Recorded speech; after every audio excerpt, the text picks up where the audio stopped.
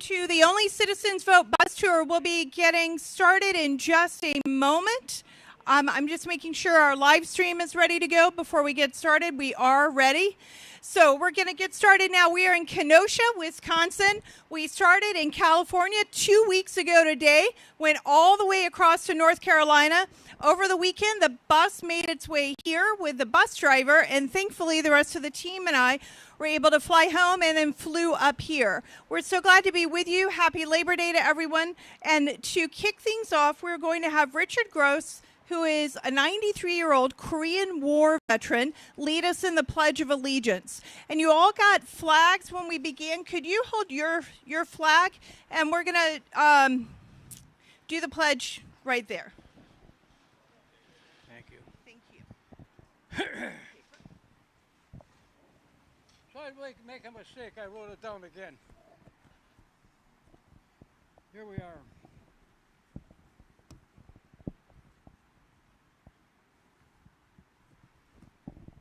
My name is Dick Gross. I'm from Racine. Hi, Dick. I got a daughter here, and I got my good friend, my buddy right over here. Oh, I got to speak into this thing. And I wish there were more people, but we got to deal with what we got. So this is it, the Pledge of Allegiance. Microphone. Oh, I'm not close enough. Okay, the Pledge of Allegiance. Everybody start. I pledge allegiance to the flag of the United States of America and to the republic for which it stands, one nation, under God, with indivisible, with liberty and justice for all. And I'd like to say amen. Hey, thank you. Thank you very much. Thank you. Thank you for your service. Appreciate that. Can I help you down this side, sir? Thank you for being here today. As I said, this is the Only Citizens Vote bus tour, and we are doing this bus tour with the goal of passing the SAVE Act. The SAVE Act will require proof of citizenship to register to vote. It's a pretty simple bill, and it is one that we think is important and necessary. I realized that there was actually a problem with this as I began really digging in very deep into election integrity in 2021 and 2022. I learned that in the state of Arizona, they require proof of citizenship to register to vote. And so if you want to vote in their elections, local elections, state elections, you have to show proof of citizenship. And you also had to show proof of citizenship to register for president, to vote for president, Senate, and Congress. They wound up being sued. And they were sued because the National Voter Registration Act, which we think of as the motor voter law, has a form that you complete in driver's license offices. And that form merely has a checkbox that you check to affirm you are a citizen. It doesn't require proof of citizenship. So they were sued because they were going above and beyond what the federal law said. And the Supreme Voter Registration Act registration forms, even if they did not show proof of citizenship. So the way that Arizona has handled this is that they've bifurcated their ballot. So if you show proof of citizenship, you get the ballot for president, Senate, Congress, governor, lieutenant governor, all the way on down to the registrar, the most local elected official. If, however, you did not show proof of citizenship, you still get a ballot, and you are able to vote for president, Senate, and Congress on that ballot. I thought that, like many of you, you look very confused by this. I thought that was really weird and crazy. And then I came to understand more about the situation, and it's because of the form that I just mentioned from the National Voter Registration Act. Now, the Supreme Court, and as a constitutional conservative, I'm glad they did not do that. But they said that if Congress wanted to require proof of citizenship, Congress needed to go in and require proof of citizenship. And so working with Cleta Mitchell from the Election Integrity Network, Senator Mike Lee, Congressman Chip Roy, and Speaker of the House Mike Johnson, we worked to write the legislation for the SAVE Act, had it introduced, and it has passed the House of Representatives twice now, once in the last Congress and once in this Congress. All the Republicans voted for it, and a handful of Democrats voted for it as well. 4 Democrats this time. In the last Congress, Senator Schumer was in charge of the Senate because he was a Senate Majority Leader, and he did not bring the bill up to a vote. So now we have a new Senate leader, Senator Thune, and he also has not brought the bill up. Now, I haven't spoken to Thune or to his office directly about why he hasn't, but I suspect the reason is because this will require getting past the filibuster, which means there needs to be 60 votes total, meaning some Democrats have to vote for it. And if he doesn't think that he's got those votes, he's got to prioritize the things that will go on the Senate floor, because that's a bottleneck. The Senate floor is a bottleneck for the Senate, and make sure he's getting through things that must get through, like the One Big Beautiful Bill or President Trump's nominees. I think they could work longer, but I also understand why he would prioritize getting the nominees through over a bill he doesn't quite think has the votes to pass. So I realized as the One Big Beautiful Bill was moving through Congress that this bill could not be attached to that bill. That bill uses a process called reconciliation, and reconciliation bypasses the Senate filibuster. But it has to, the bills that can be attached to something in a reconciliation bill, or the items that can be attached to a reconciliation bill, must deal with the budget and have a budgetary impact. And this bill is mostly policy, so it doesn't have a budgetary impact and could not be added to that particular bill. So I started thinking, well, how else can we get it passed? And I realized, I remembered, elected officials on Capitol Hill really do not like shutting down the government. They don't like it. Now, personally, I've been in favor of shutting down the government from time to time, but the elected officials don't like it. And since they don't like it, it means that there are going to be Democrats who are voting for certain legislation, like the bills that will fund the government, that are going to be voted on this month as Congress gets back in session beginning this afternoon. And so I thought, if we can attach the bill to must-pass legislation like an appropriations bill or a continuing resolution, then we should be able to get it passed. And that is what we're trying to do. We want this voting for it so we can get it passed into law. And that's simply the goal of what we're doing. I know there's a lot of details in that, but it's important that you understand the mechanism by which we will work to get it passed. So that's what we're working on. And again, the bill simply requires proof of citizenship, so it's closing this loophole. So when Arizona and other states across the country require proof of citizenship, they're able to continue to require it, and it will make all states require proof of citizenship for those federal offices, President, Senate, and Congress. And with that, we're going to have a few speakers from here in the area to speak today. And the first one is Congressman Brian Stile, who is going to speak. And I think you all got to speak with him one-on-one as you were getting food. And he may have to scoot after he speaks because he's got to get back to D.C. himself. But I really appreciate you being here. Come on up, Congressman.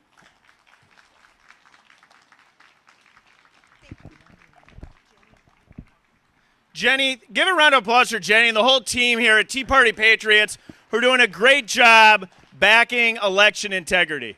Do you agree with me we live in the greatest country in the world? And Dick, who came up here and did the Pledge of Allegiance, and all of our veterans that are here today, Dick was a Korean War veteran who's there at the table, but we have a group of veterans, Vietnam, Korea, and others who stood up and wore the United States uniform. Can we give them a big round of applause for all they have done to give us the freedoms and liberties that we enjoy? We live in the greatest country in the world because we are the land of the free because of the brave. And on a holiday weekend like today, as we think about all the work and all the labor that goes into this country to make us great, we also take a moment to reflect about all of our veterans who give us those freedoms and liberties. we have a lot of work that we can do to improve our elections in the United States of America. I serve, as some of you know, I serve as chair of the administration committee. That's the committee with oversight over federal elections. And we've been working on comprehensive election integrity legislation. We introduced full comprehensive integrity legislation last Congress. And we are going to be introducing once again with the administration, with the Trump administration, say that again, with the Trump administration. Doesn't that feel good? With the Trump administration, election integrity legislation, we come back to build on the work of the SAVE Act. Let me give you 3 highlights, and let me end with non-citizen voting. One, I think that you should have to show your identification when you vote. Do you agree? Absolutely. Absolutely, you need to be showing your identification when you go and vote. I'm often reminded, I had this debate in Washington, D.C., and I hear 1 or 2 protesters here that don't think you should be showing identification when you come. But the reason is I had this debate in Washington, D.C., and I got back to my hometown and went in and grabbed a 6-pack of beer. The clerk recognized me. She said, "Hey, Brian, good to see you." I said, "Good to see you." She said, "You need to see your ID." Just like everybody else, when you buy a 6-pack of beer, reached in my wallet, pulled out my ID, handed it over. She looked at the identification, she handed it back, and she allowed me to purchase a 6-pack of beer. I don't know about you, but I think it's absolutely nuts that we protect our beer more than our ballots in locations around this country. We need to be showing identification. We need to be showing identification when you go and vote. The second one is you have to have your ballot in by the time the polls are closed. We can't have ballots arriving after the polls are closing. In Wisconsin, we get this one right. The ballots have to be in, with the exception, of course, of overseas active duty military. That's a special case that we need to protect. But otherwise, those ballots have to be in by the time the polls are closed. In the state of Wisconsin, that's 8 o'clock on Election Day. That's not true if you go to a state like California. It was 2 days after the election. I flew out to Los Angeles, went to L.A. Central Count. That's where the Central Count is for about 10 million people in L.A. County. And trucks are arriving with ballots into Central Count days after the election. That does not, it's no different than in high school. You got to turn your homework in, you got to turn your ballot in by the time the polls are closed. These are common sense election integrity reforms. And then what we're here about today, which is only citizens should be voting in U.S. elections. Now let me tell you how crazy this is. When I began this process a little over a year ago, I started telling people that we have a problem in this country where individuals in cities and states allow non-citizens to vote in some jurisdictions. So let me give you an example. In Washington, D.C., in our nation's capital, under current law, city council. I think that's absolutely nuts. Let me explain how crazy this is, in my opinion. That means that if you're a Russian national working at the Russian embassy in Washington, D.C., and you reside in our nation's capital for 30 days, you could walk out of the Russian embassy, walk to a polling location, not have to show your passport because you don't have to show identification in Washington, D.C., and vote for mayor or city council or other elections in our nation's capital. Do you agree that that's absolutely wrong? Absolutely. We should make sure that only U.S. citizens are voting in U.S. elections. The SAVE Act does that. It says you got to show us that you're a U.S. citizen to be able to vote in U.S. elections, increasing election integrity. There's a bunch of other items that we're going to be introducing in the near future when we're back in Washington, D.C. starting tomorrow, because we need comprehensive election integrity reform in the United States of America. Do you agree? No. Absolutely, we need comprehensive election integrity reform. And let me tell you, let me just give you one final point before I pass it back to the team here. If you remember, in 2021, the state of Georgia introduced comprehensive election integrity reform at the state level. And then President Biden said that was a terrible bill, and he called it all sorts of things. And the left was told that this was going to be the end, and this was a terrible bill. Corporate, woke corporations bought into this. If you remember, Major League Baseball moved the All-Star game in the summer of 2021 out of Atlanta, and I think they moved it to like Colorado or something. And then we had an election in the state of Georgia. We've had two. We had the midterm elections in 22, and we had the presidential election in 24. in what happened, because you should look at the empirical data, because you shouldn't buy in to the lies of the left. You should look at the empirical data. And if you look in at the empirical data in Georgia, what you see is time and again, people were happy with how the elections were run in Georgia, and more people were participating. Because when you increase confidence in our elections, more people are going to participate, and more people participating is a good thing. And so we have an opportunity to improve election integrity in this country, in this state, and make sure in particular that we're protecting U.S. elections for U.S. citizens only. Thank you so much to the Tea Party Patriots. Thank you all for being here tonight. I wish you guys all a wonderful weekend. Have an absolutely wonderful day. Have a wonderful Memorial Day. Thank you to everybody standing up and applauding. God bless you, and God bless our country. Thank you so much. Can I get your cell phone number? Thank you very much, Congressman. Next, we're going to hear, thank you so much. We're going to hear from Will Smith, who is a business owner. He is a reformer under both Governors Tommy Thompson and Scott Walker. He has worked on election integrity, working to strengthen election integrity, and I've heard a rumor he might be considering running for a statewide office. So now we are going to hear from Will Martin. Come on up. Thank you so much. Thank you. Hey, this is Labor Day, right? And most people are off on Labor Day. Can we have a round of applause for all the employees of Rivals who opened their doors today so that we could all get together and have this conversation? Thank you so much to Rivals for doing this. And Annette Olson, thank you so much for all you're doing as well. Thank you so much to the Tea Party and Only Citizens Vote. Hey, I'm Will Martin, and I'm here to talk about why it's so critically important that only citizens be allowed to vote in this country. Boy, you know what? It's incredible when we have so many rights in this country, so many freedoms, but sometimes people take them a little too far. Am I right? All right. So here's the thing. You know, my ancestors came to this country and they fought for the right to be able to vote. They fought for the right of citizenship. And in the 13th Constitutional Amendment, we were able to get that right to vote. It did not become true for another 100 years.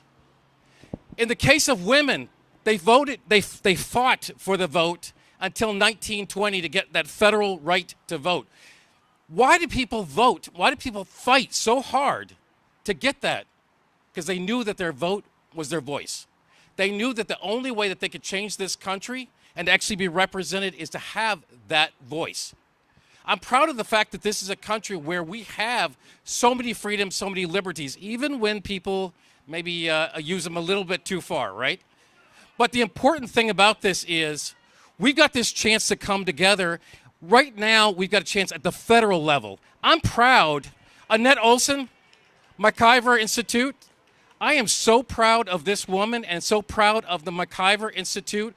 We fought like hell to make sure that in the state of Wisconsin, that we only had citizens voting. Look, this is a great thing at a federal level, but I'm proud to say we did this at a state level, and we fought for every vote in this state. I got to be the state director of the Americans for Citizen Voting. Alongside with Annette, we were out here on a regular basis fighting to make sure that only citizens vote in Wisconsin. My friends, what is the only law? What is the only law in Wisconsin that only the people can make? What is the only law in Wisconsin that only the people can make? It's constitutional law.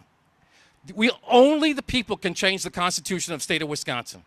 And I'm proud to say that 71 of 72 counties voted strongly for citizen-only voting. And that meant that Republicans and independents voted overwhelmingly, but even Democrats voted for only citizen voting in the state of Wisconsin.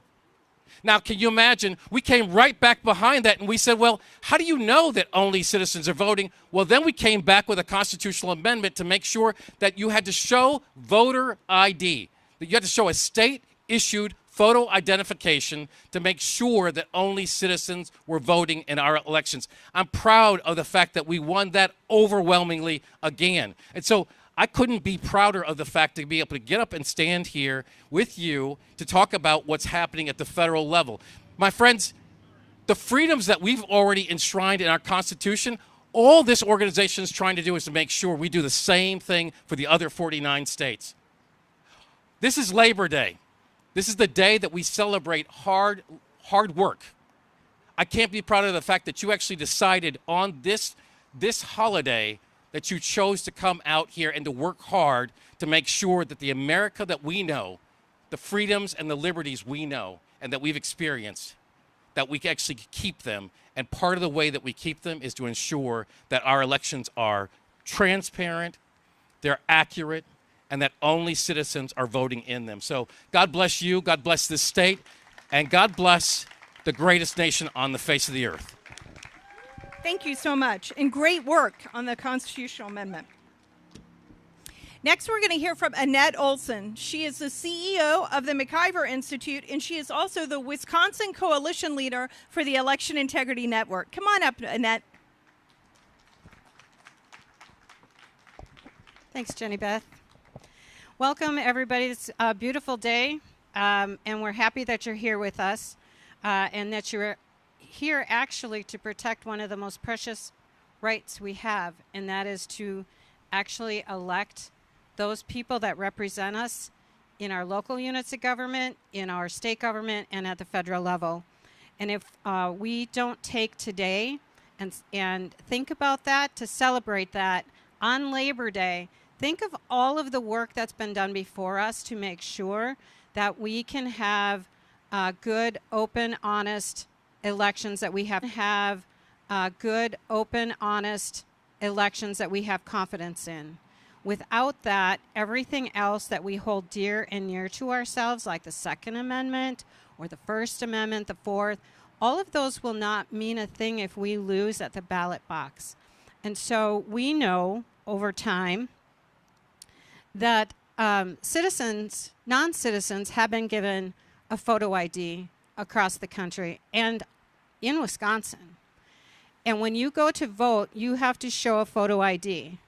Well, we need to make sure that those photo IDs say that it's only a citizen, because without only citizens voting, you have people that are interfering with your precious right to vote, and we cannot have that happen. So at the Election Integrity Network and at MacIver Institute here in Wisconsin, we've been working very hard to pay attention to the polling, to pay attention to what the citizens of Wisconsin want, and that is confidence in our elections and in the whole process. And so we have been working very diligently on that. We were very instrumental in helping citizens understand the constitutional resolution that was on our ballot last November, and very proud of the fact that we were able to educate people on what that actually meant for us. We passed that. Wisconsinites passed that overwhelmingly. People in Wisconsin and in America, 85% of people, Americans, believe that only citizens have the right to vote. And we need to stand up and make sure that we're protecting that. So I'm really happy to be here, to be invited by Jenny Beth and work alongside of her in the Election Integrity Network and the Tea Party Patriots group. It's an honor to be here, and please check out all of our websites, our Twitter accounts, our social media on Facebook, and make sure that you're following along in the I know you heard it. It passed in the House of Representatives. We need to carry it through in the U.S. Senate. So I appreciate your help. Thank you very much, Annette. And thank you, Annette, for helping us find this location and helping us be organized here in Wisconsin. And also a very special thank you to Ed Cumbo, who owns Rival Sports Pub and Grill. I really appreciate it. This is such a lovely location. When I walked out and I saw this, it's just great. So we're going to be going to our calls to action now. And then when we finish with that, I have a few more things for you to do. And then you'll just be able to mingle and enjoy the rest of the Labor Day. So right now, we're going to hear from Marissa Hamilton, who is with Easy AZ. She's from Arizona. And then she's going to talk about some of what she's experienced being in Arizona with the dysfunction right now, because they require proof of citizenship and they don't have to require proof of citizenship. And then she's going to go through our calls to action. Thank you so much, Jenny Beth, and thank you everyone for being here today. This is amazing. It's a lot cooler here than it is in Arizona. This is like our fall weather, and so sometimes if you see me with a sweater on, it's because I'm used to living in an area that's as hot as hell. I want to thank you all for for your hard work when it comes to election integrity. In Arizona, it's true, we do require documentary proof of citizenship to vote. But the problem is that because of the federal law, with what Jenny Beth was describing earlier, we have to have a dual system of voter registration and voting. And so if someone doesn't show their proof of citizenship when they register to vote, they can sign up on the federal voter registration form, and then they don't have to show proof of citizenship. And when they go to vote, they get a ballot that has the U.S. Senate, Congress, and President on it. And so they're still able to vote in our elections. Now, one thing that Arizona does that the other states don't do is that we require the Secretary of State and our county recorders to keep track of who hasn't shown their proof of citizenship in order to vote. And so a lot of our legislators and everyone in Arizona thought, great, we have one of the strongest systems in the nation. But then we elected a conservative recorder, and we found out that things aren't exactly how it seems. The law actually says that the recorders can have to take a checkbox that comes from the Motor Vehicles Division, where the Motor Vehicles Division says, yeah, we totally got their proof of citizenship, but the recorder is not actually able to see the documentation. And some people will say, well, that's fine because they saw it, except the system has a glitch in it.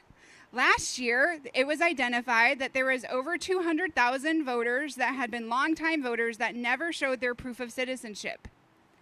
And so then this year, our illegitimate radical left attorney general said, oh, and by the way, if they don't show their proof of citizenship, they can't be downgraded or removed from the voter rolls unless there's affirmative proof that they're not a citizen.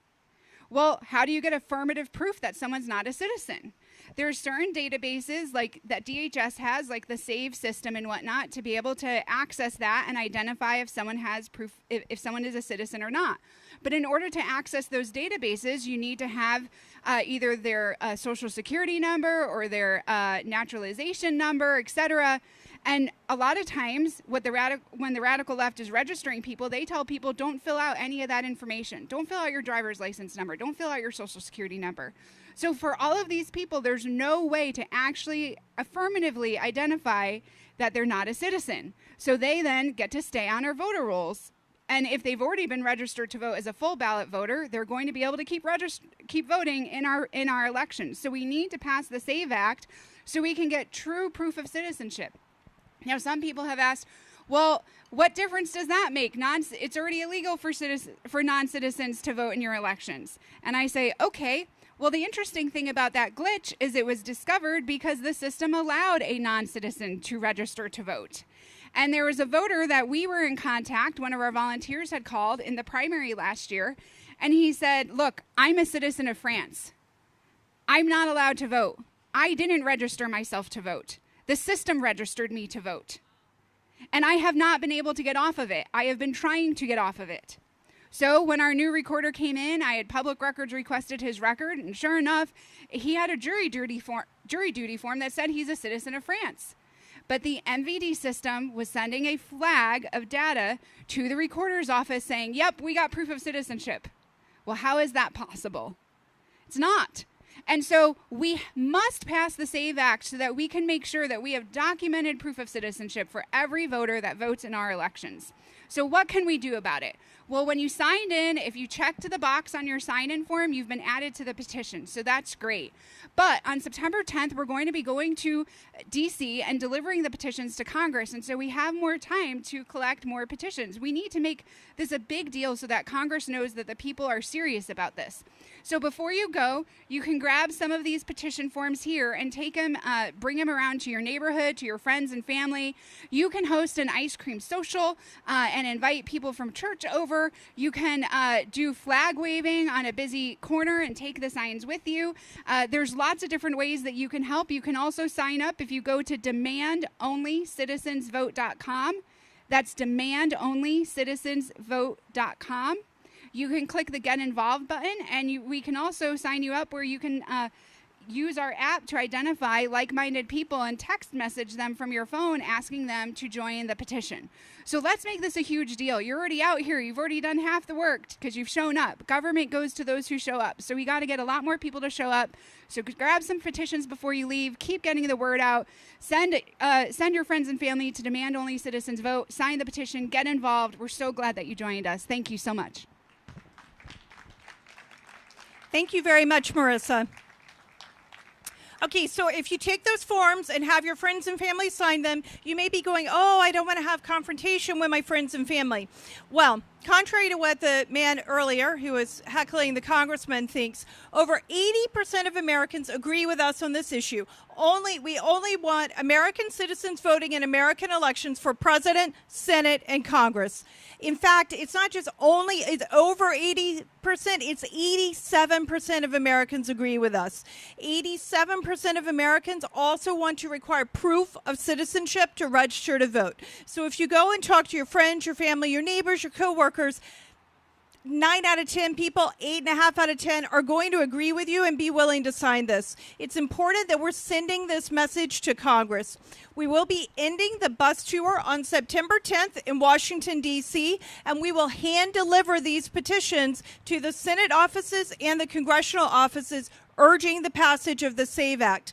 And then once we get past that on September 10th, we'll probably be reaching back out to you. You've signed in today, reaching back out to you to let you know additional calls to action as we work towards the end of this funding, the funding for this year and the beginning of the funding for next year, because there will be votes coming in Congress, and we need to make sure we get this bill passed this month in September.